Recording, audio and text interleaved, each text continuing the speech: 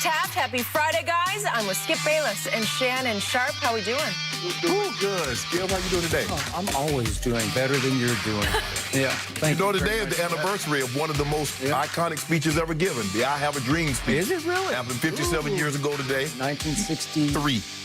And which led to the Civil Rights Act. Civil rights in 1964. Okay. So those that say protesting doesn't work, it does. I think I heard that from Bruce Arians yesterday, and I did not agree. Exactly. Thank you for the reminder there, Shannon. Guys, it has been a busy couple days in the NBA. Let's catch up on everything that took place yesterday. After the remainder of the NBA season was nearly lost to protest, players agreed it was in their best interest to finish out the playoffs. The league released a statement saying, quote, "We are hopeful to resume games either Friday or Saturday." LeBron also changed his tune from pushing to cancel the season Wednesday night to yesterday, siding with the majority of the players who wanted to play. Shannon, what do you make of LeBron's change of heart here?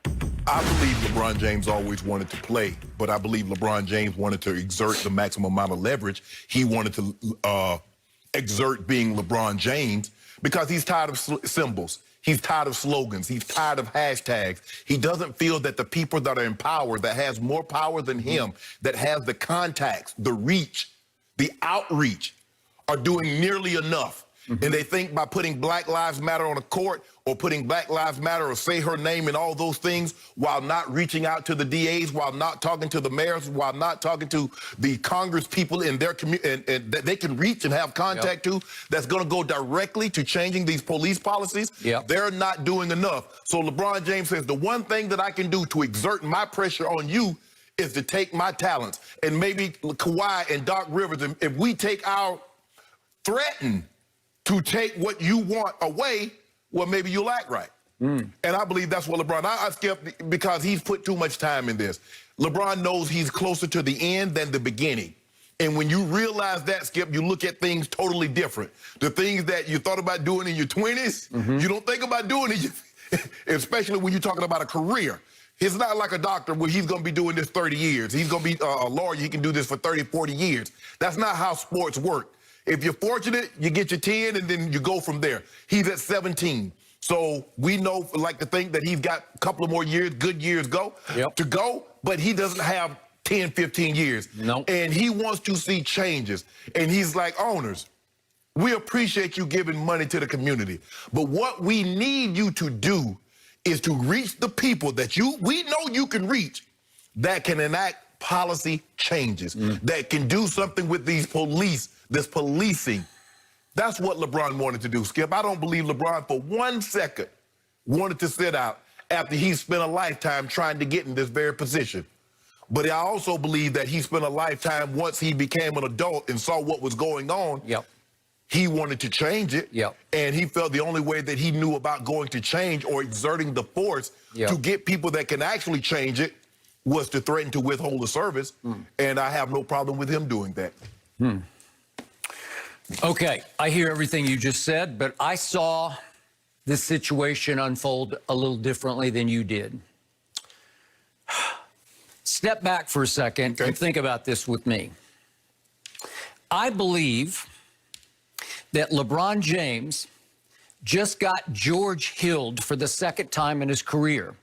I believe that something that George Hill did this time, as he did at the free throw line back in, remember, 2018 Game 1 at Golden State?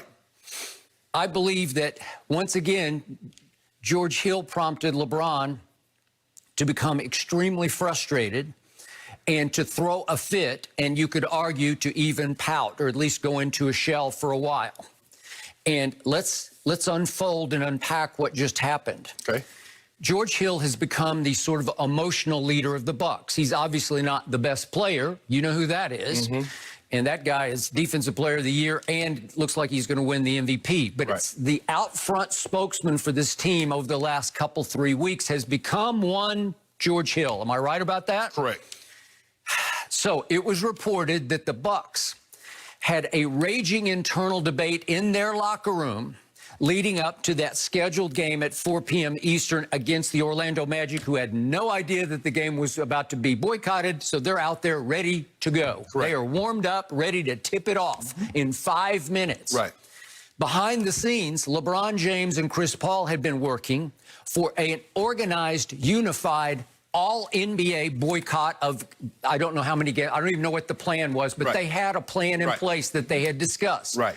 And I'm assuming that George Hill, as sort of the leader of the team in the bubble, when it comes to racial justice, was somewhat aware of that plan, somewhat aware, because they wanted to go all together, have one big unified media session, led by who? The man who should have been leading it, LeBron James, who is the voice of the NBA when it comes to racial justice, who has been for, I don't know, 10 years more. That man, LeBron James, right? Yeah. Who is the head of the Players Association? Obviously, it's Chris Paul.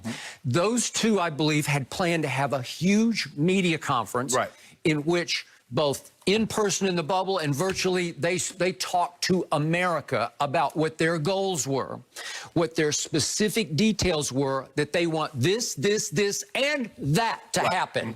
And they had it all planned out, and it was poised to go.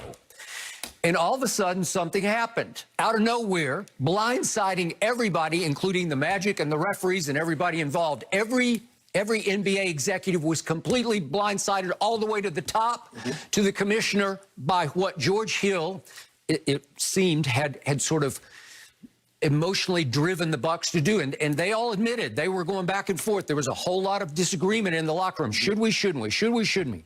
Very split over it. And at the last second, they finally said, okay. George Hill's point was, our hearts were not in playing basketball. It seemed irrelevant to us at this point. Okay. So they broke ranks, and they preempted LeBron and Chris Paul.